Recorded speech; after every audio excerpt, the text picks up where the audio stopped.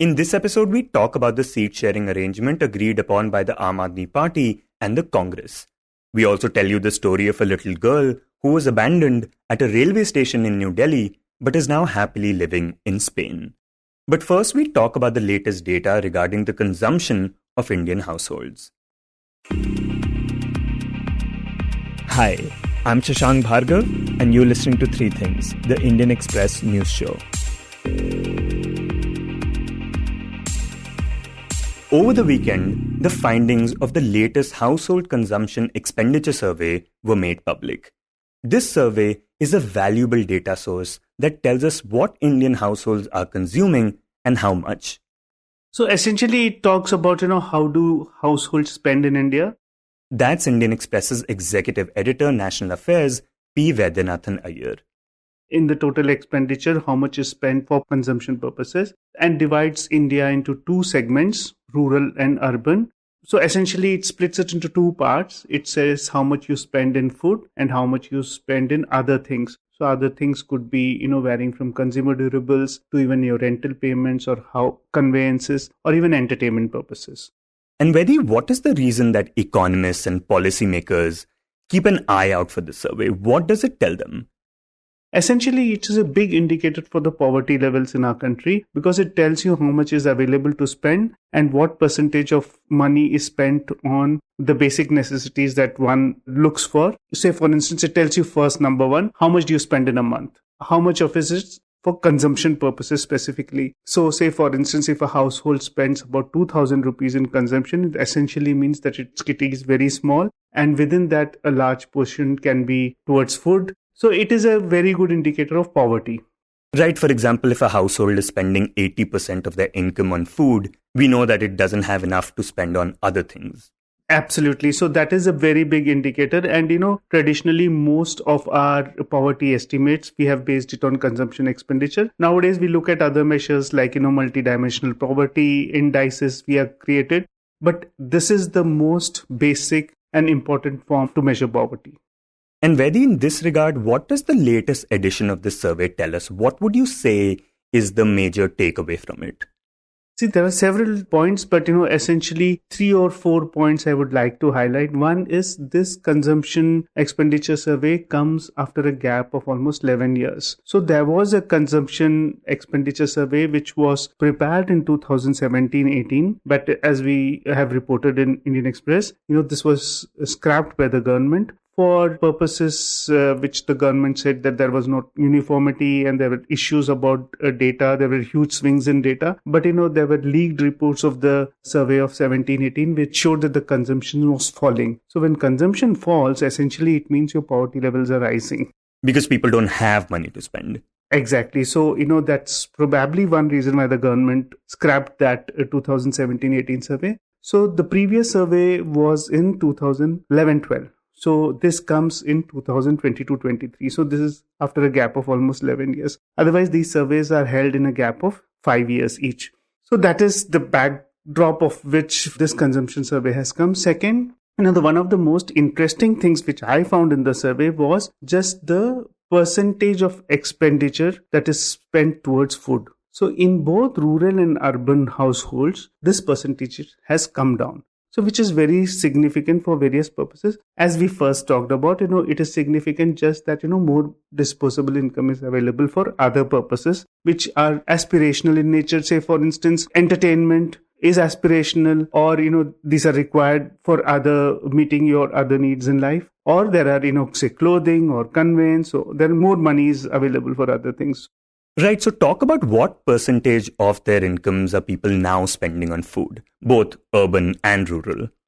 So in rural households, the percentage share of expenditure in food in 99-2000 was as high as 59%. In 2022-23, the latest survey, it shows that the percentage share of expenditure in food has come down to 46%. So that is a remarkable 13 percentage point drop. So that means that that much more money is available for non-food items, which could be from entertainment to even alcohol. All this comes under non-food. And in urban households, in 99-2000, the percentage share of expenditure in food was 48%. Now it has come down to 39%. So that's also a remarkable reduction in the amount that people are spending on food. Right, and now let's break this down even further. When we talk about food, what are the kind of things that people are spending on? Yeah. So, this is very interesting. Even the basic sharp reduction in expenditure on foods is, suggests that Engel's law is being followed. Engel's law is essentially a German economist who had said that, as your monthly income increases, you spend less on food. So the percentage of money that is going towards food comes down. So that is basically, but what is more interesting is what you're talking about, is about within food, what are people consuming. So if you look at that, one of my colleague, Harish Damodaran has done a very good piece today in our newspaper, which says that, people are no longer consuming as much as cereals as they used to, say, 20 years back. And by cereals, you mean rice, wheat, corn. Absolutely, maize, etc. Traditional grains that you would consume because, roti and chawal was a principal food. So, people used to fill their tummies with, roti chawal because it was easily available, cheaply available, right? So now in 99-2000, if you look at, say, if you consumed 100 rupees worth food, about, 44 rupees went on just cereals and pulses in 99-2000. Now it has very sharply come down to 15. So it is almost a third of what we used to consume in terms of, say, roti chawal. But now people are consuming more of milk, vegetables, fruits, egg, fish and meat. These are, high nutritional value, high value products within the food category. So, in 99-2000, say, if 100 rupees was spent on food, about 33 was spent on milk, vegetables, fruits, fish, egg and meat. And now it is, gone up from 33 to 48 rupees. Yeah, and this is significant because items like eggs, fish, meat, and fruits are considerably more expensive. They are considerably more expensive, and also, they are all market-driven products, So, for instance, fruits, fish, meat, eggs, they are market demand-driven prices in these areas, and probably the prices have also gone up, but it is also a fact that people are consuming little more of that in both rural and urban areas. Yeah, and the other factor that stands out, of course, is that all these things are more rich in calories, protein, and micronutrients. Yeah, so that is a very remarkable trend because, if you want to build a healthy nation, which are two critical things. One is nutritional in the early years of your life, and education. This, it has a direct impact on health and also education. These two areas where, more spending would suggest that, people are upgrading their lives. The quality of life is getting better. And the other piece that a colleague, Harikishan Sharma, wrote was about the average monthly spending of agricultural households. Could you talk about what the survey tells us about that? I think if I'm not wrong, when I looked at the data, it showed that, a distinction is made between, farmer households and rural households to suggest that, farmer households consumption expenditure is lower than for the rural households. So one gets a sense that, post-COVID, probably rural economy may have done a little better, but farmers have not really done better. So probably these point to even the protests that we are seeing right now. So I would not want to hastily suggest that, incomes have dropped and that's why farmers are protesting, because farmer protest also seems to be driven by the fact that they want a legal guarantee on MSP. So basically better incomes. So in one way, yes, that, lower consumption expenditure by farm households compared with rural households seems to suggest that there is some stress there. And Vedi, since one gets a sense of household incomes through the survey, could you tell us which states fare better on this metric and which states are still lagging behind? So all southern states seem to have done very well because I was looking at that whole chart yesterday and, several states stood out in terms of, they have not really done well or they have not improved. Traditionally these, the Hindi heartland states of Bihar, Madhya Pradesh, Rajasthan, Chhattisgarh, these are definitely not done well because in these cases, the spending is in both rural and urban households is lower than the all India average. So I took a cutoff of the all India average and looked at states where the spending or rural spending and urban spending is less than the average cutoff for the country as a whole. And these states kind of stood out, Chhattisgarh, Jharkhand, Madhya Pradesh, Odisha and Uttar Pradesh. Whereas, the southern states have done well. Maharashtra has also done well. Gujarat has done well, but rural expenditure in Gujarat was a little lower, higher than than the national average, but still low. So I think southern states, western states, Maharashtra, Gujarat, Tamil Nadu, Andhra, Karnataka, Kerala, they have all done very well. And is there anything else that stands out for you in the survey that we haven't already talked about? Yeah, I think, one thing which I wanted to just suggest is something which I looked at very closely is for the first time in this survey, the NSSO has given data about, they have put value to the free items which, consumers get in households. So free items, they have divided into two parts. It could be food items and non-food items. So food items, as we all know, again, rice, wheat, maize, jowar, bajra, etc. And non-food items, which are given free by the government under various social welfare programs, could be laptops, computers, school uniforms, footwear, etc. So I think they have put a value for the first time to these free items which households have got. And what was interesting in this data was that I found that the bottom 5% of the population, rural households, got less than what, say, people who are much better off than them got. So, for instance, my calculations seem to suggest that the bottom 5% of rural population got something like 68 rupees a month more, which is the value of the free items that they got under various governments' social welfare programs. But the people who are much better off than the bottom 5%, or even 3 times better off in terms of just their monthly incomes, they got 91 rupees. So I think there's almost a 33% more money that they have got in terms of free items. So that's a highlight which I thought I must point out. And does that seem to suggest that this section of people, the bottom 5%, are not able to avail the benefits of government programs, or that the government programs are not able to target them well? Absolutely. One could be clearly the targeting. So I think even targeting, or should they be getting more than what they got? So I think, one is a function of targeting. The other is also a function of, besides food grains, should they be getting something more?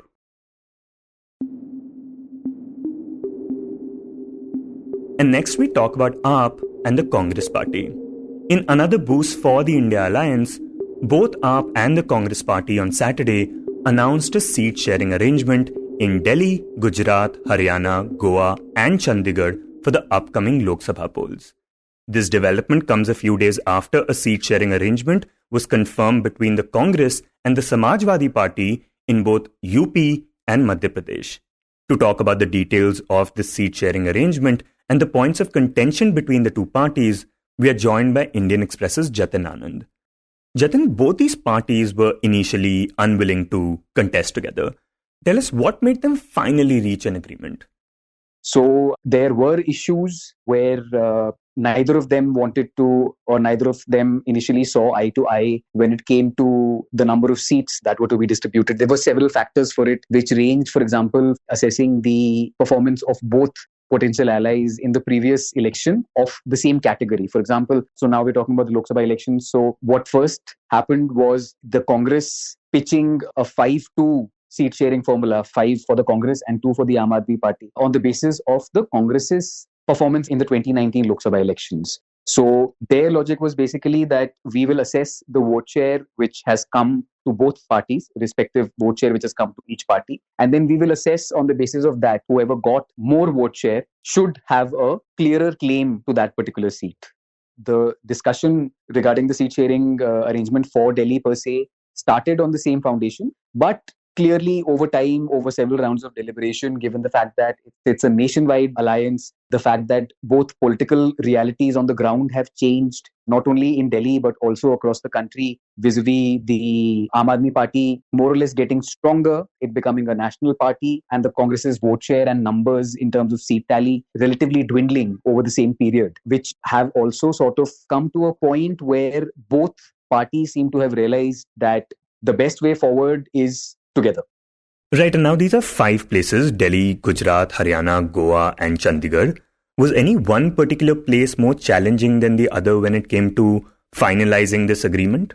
Absolutely. Gujarat is certainly the biggest example of this. Gujarat, where the Bharatiya Janata Party was consistently and continues to be consistently in power. And I mean, that proves how important the state is to the BJP per se, and also given the fact that it has 26 Lok Sabha seats. So Gujarat was definitely a case in point when it comes to this. especially there were two particular seats which seemingly were deal breakers or were important enough for both parties to view them as deal breakers. These are the Bharuch and the Bhavnagar seats. Bharuch is where Ahmed Patel, the veteran late Congress leader and strategist, was from. So that was, and I would say still continues to be, a sort of a factor which causes discomfort, because despite the announcement having been made yesterday, and in fact in the run up to the announcement and also after the announcement, there are still noises of dissent which have continuously been made. So this was a case in point, number one. Secondly, even in Delhi, where the Congress basically started out with a proposal which was similar to its 2019 proposal of 5-2, given the fact that it was number 2 in terms of vote share on 5 of the 7 Lok Sabha seats in Delhi, while the Aam Aadmi Party came second on 2. So here as well, the fact that the vote share put the Congress in a better position in terms of being a larger partner compared to the Aam Aadmi Party. This was an issue which they ironed out by finally settling for a 4-3 agreement. So in Delhi, which would be the 4th seat that would come to the Aam Aadmi Party's tally, and which would be the 3rd and last seat that would fall into the Congress's kitty? These were factors, and they were so significant that they had to be ironed out on the heels of the announcement. We have been told by our sources in both parties that the 4th seat in Delhi and the Bharuch seat were the main issues which representatives from both parties kept discussing and trying to iron out the issues around. So much so that it was only on, one can say, late on Thursday night, early on Friday morning, that these were ironed out. And Jatin, now that they have come to an agreement, how important would you say is this alliance for the larger India bloc? It is definitely important, given the fact that there are still noises of dissent which continue to be made from several potential partners of the India alliance. I mean, initially when they started out, they were part of the India bloc, but they have after that somewhat sort of either distanced themselves or, if not outright, walked out of the alliance. So it is very important. But if we see this alliance in its and the broad contours of this alliance at the moment, it does have principal protagonists in the form of the Congress, the RJD, the SP, and the Aam Aadmi Party. In no particular order, of course, irrespective of the number of seats. I mean, Delhi just has 7 seats. And, for example, in Gujarat, the Aam Aadmi Party is contesting on 2 seats, while the Congress is contesting on 24. In Haryana, the Aam Aadmi Party has been given 1 seat out of 10 seats, while the Congress will contest 9. In Goa, where there is already a sitting MP on the South Goa seat, which the Aam Aadmi Party had announced that it would field one of its sitting MLAs from. Despite that, the Aam Aadmi Party went back on that announcement and finally gave both the North and the South Goa seats to the Congress to contest. The same also holds true for the Congress. So the Congress has actually made a very significant decision by deciding to give the Bharuch seat, which the Aam Aadmi Party was insisting that it be given, to the Aam Aadmi Party, because, I mean, this is despite the fact that there were several objections which were raised within the Congress in several meetings during deliberations. This is a very clear indication of the fact that all the parties, all the participants of the India bloc have not only understood but learned from their mistakes in the past and have realized that, here on the brink of the Bharatiya Janata Party eyeing a possible 3rd term at the center, here is the time where you realize that you need to get together, you need to contest together. And Jatin, at this moment, how has the BJP reacted to this announcement? Have we heard anything from its leaders? So the Bharatiya Janata Party has obviously not reacted positively to the development, because it is also aware of the fact, which is also very evident, that if these two parties, which, if you talk about the Congress, it had a traditional vote bank of its own, which later got transferred to the Aam Aadmi Party in each subsequent election that it contested across the country, which is also evident in the numbers and in the vote share when one looks at it. So the Bharatiya Janata Party is clearly aware of the fact that this consolidated vote bank could actually give it a tough fight to contest, because irrespective of the fact that the BJP's core vote bank across the country remains intact. On the other hand, the other reality is also that in Delhi, for example, every time the contest becomes tripartite instead of being bipolar, that is precisely when the BJP is in its core element, because it is just this particular vote. When we talk about the core vote bank of the Congress and the Aam Aadmi Party, the shared vote bank rather, we talk about the minority communities in Delhi, we talk about the populations which reside in its slums, its unauthorized colonies, its lower middle class households. So while the BJP is clearly aware of the fact that it is in its element when it comes to the average voter, the average BJP supporter. It is obviously unsettled by the prospect of facing a consolidated vote bank, a consolidated body of support for both these parties who were bitter enemies several years ago, but now have decided to come together and have actually hit the ground and do enjoy a lot of popular support on the street.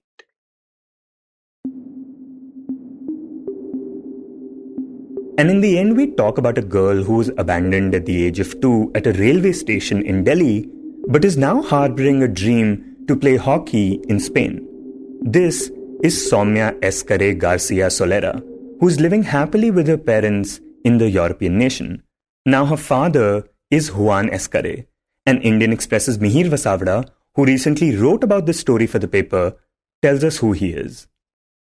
So the father is a Spanish hockey legend. He calls himself a South Asian hockey tragic, claims to be in love with the Indian and Pakistani way of playing since he was a child. And he first came to India in the mid-90s for a tournament while he was a player, then again returned to play club hockey in India in around 2004-05, where he stayed for a longer time. And that's when he said that he and his wife, they fell in love with the country. And he's been coming back again and again after that. And that's how basically his association with India began. He keeps mentioning the word that India has played an influential role in his life, not just in his hockey career, but in his life. So that's something he kept repeating again and again. And that's how his whole association with the country began. Yeah, and one of the things that he talked about was that it has affected his playing style as well. Yeah, so basically there are different ways to play a sport, right? I mean, in football, you have a Brazilian style of playing, then there's an Argentinian way of playing and so on. Similarly, it's in hockey as well, where a lot of players from India and Pakistan, it's very wristy, it's very skill-based. I mean, we are generalizing, but if we were to kind of bracket players, Europe would be more on strength and stamina. India and Pakistan would be more on the skill side. So although he wasn't really as skillful, so to say, as many of the Indian players, but a legend nevertheless of the sport. He's played the Olympics 3 times, starting with Atlanta in 1996. He went on to play almost 70 internationals for Spain. So a big figure in world hockey. And Mihir, how did the decision to adopt in India come about for him? So he and his wife, they had their first daughter, Martina, and after that they decided to kind of have a bigger family, and he said that the whole thing was to also help someone in the process. So that's how they thought of adoption. He explained the process briefly, how it works in Spain. So you have to kind of first choose your country where you want to adopt a kid, and he said it took them even just 2 seconds to kind of decide it's India because of his connection. The process began, and he lost hope because he claimed that even though his file was on top of the pile, there was not really much action. He said the process was very difficult. It was not an easy one. And at some stage, he also felt they'd hit a dead end. They didn't hear back from the agencies involved, and they'd given up hope until one day when they were holidaying in Italy, the family, he got a call from the agency and they said there was a match. And how old is Soumya now, and what are the things that Juan told you about her? So when the agency called him, Soumya was 6. The only thing they know about her past is, like you mentioned in the intro, that she, as a 2-year-old, was found at a railway station in Delhi. And since then, she'd been living in an orphanage. In the early days, after the whole adoption process went off, he had booked a hotel room in Delhi. He kind of setting up the scene. He said it was a big room, 2 bedrooms. And Soumya was kind of very stiff. She was scared. She was completely terrified is the word he used. And the first moment that he remembers, and he said he had a picture of it, he showed me on his phone, is of Soumya and his daughter Martina in a room where Martina made Soumya smile. And that was the first breaking of ice moment. And then the family, of course, moved to Spain, where they live in Alicante. It's a port city in Spain, in southeast Spain, if I'm not wrong. The family lived there. And over a period of time, she started kind of, the family got sentimentally attached, is what he said. Now it's reached a stage where she's 12 years old, not really interested in studies as any 12-year-old, very high on hockey. She likes playing hockey, plays for a club there, started playing for a club there at an age group level, and is a very mischievous kid as well. Yeah, and you're right that at least initially he was worried that she won't want to wear the Spanish hockey jersey. Yeah, so we were talking about, the future and what would be in store for him and Soumya, and the whole past, because that also is an important part of Soumya's life. And he's conscious of the fact that someday Soumya, as she grows up, she'll be kind of curious to know where she comes from and her past. So he said, but he's not worried about that because they're ready to handle that. The one thing that he said in humorous way, that one thing that keeps me worried is that she doesn't want a Spanish jersey, she wants an Indian one. And it was touching because so he is like a very popular figure in the hockey fraternity. He was here, of course, as part of the Spanish team.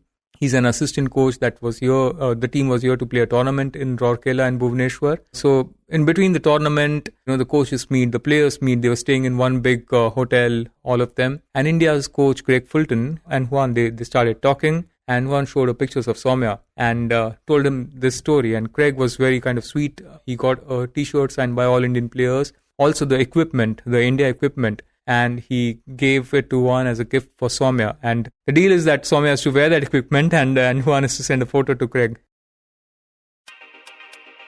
You were listening to Three Things by The Indian Express. Today's show was written and produced by me, Shashank Bhargav, and was edited and mixed by Suresh Pawar. If you like the show, then do subscribe to us wherever you get your podcasts. You can also recommend the show to someone you think will like it, share it with a friend or someone in your family. It's the best way for people to get to know about us. You can tweet us at Express Podcasts and write to us at podcasts@indianexpress.com.